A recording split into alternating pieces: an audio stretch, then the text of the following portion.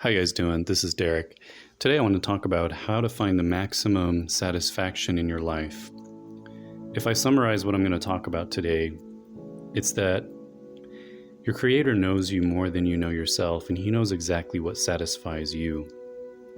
And when you start to understand, when you seek and you start to understand His will, and when that starts to manifest in your reality and you start to see it come together, especially if you look back on years of your life and you see how everything just worked out, it's just so satisfying.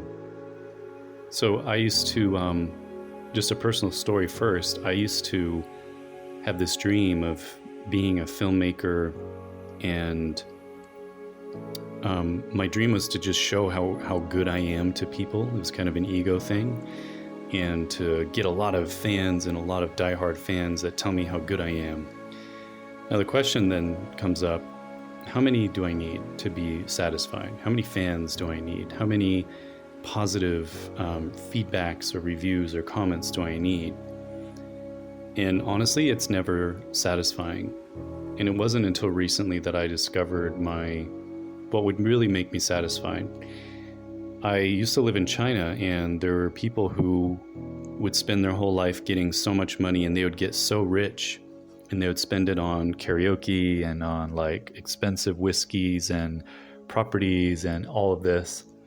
And there's other people who would chase experiences. They would chase traveling. They would always go on to the next place and try to gather as much positive or as much unique experiences as they could in their lives. I know people like that today, and I used to be that way too. Then there's people who focus on sports and try to follow their team and just kind of idolize their team. In Japan, there's these girls groups literally called idols. They're called idols for a reason, because the businesses want you to idolize them, and that's how they get so much money. It's such a huge industry. It's just these girls they are not allowed by contract to have a relationship, because they have to appear single to give all of these dudes hope that they're going to somehow hook up with them. I don't know.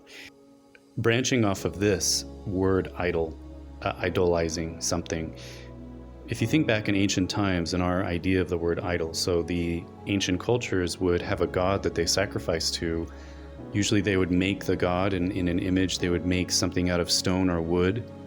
This is exactly what our Creator told us not to do. Even the heavenly bodies, our Creator told us, do not worship the sun, the moon, etc., the stars. In ancient times, when they made sacrifices to these gods, they were giving something from what they owned and giving it to the god, like a sheep, for example. And a sheep represents value. That's something they earned. Money is value. Something else that's value is time. Our time, our energy, our money is value. So us giving time, money, or energy to something that doesn't satisfy us is like shooting ourselves in the foot. We can find a much better satisfying way to live. So back to my story is when I figured out in the past year or so what my mission is, I found that it's so much more rewarding. It's kind of funny. I was thinking about this, praying about this, and I was looking at the tile of my floor, and I saw a bottle, like the shape of a bottle on the tile. It was kind of like a design, a strange design. And that kind of represented, and the bottle was cracked, and that kind of represented to me that things that you buy, they wear out, they get stolen, they don't satisfy you.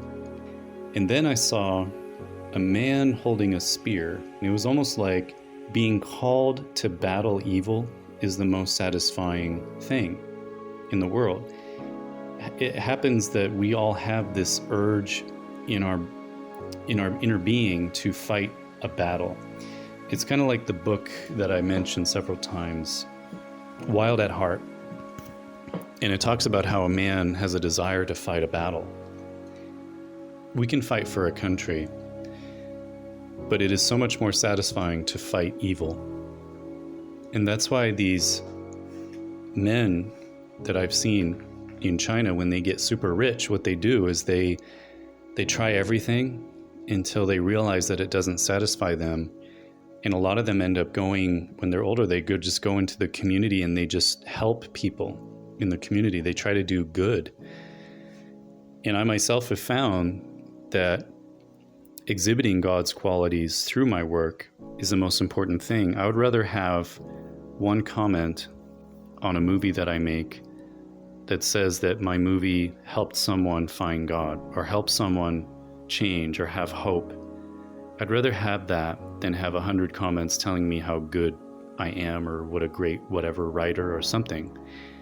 And that's kind of my new aim right now. And it's why I'm putting this video out too. And so I want to simply encourage everybody, and even just myself as I say this, to not pursue anything that God has already got for us. We think that we need to pursue a lot of things in our lives like money, love, friendship. We think we need to pursue these things, when in fact, these things come to us naturally. We're kind of pursuing things that just come into our lives as we follow our hearts. And so we don't need to idolize anything. And in fact, it's kind of shooting ourselves in the foot when we do, because if you look at any kind of business, for example, if you take somebody who paints houses, and let's say that's your job, you're somebody who paints houses, and you decide to exhibit godlike qualities that you are born with. So that means you're actually putting people above money. That means you're genuinely regarding every customer that you work with.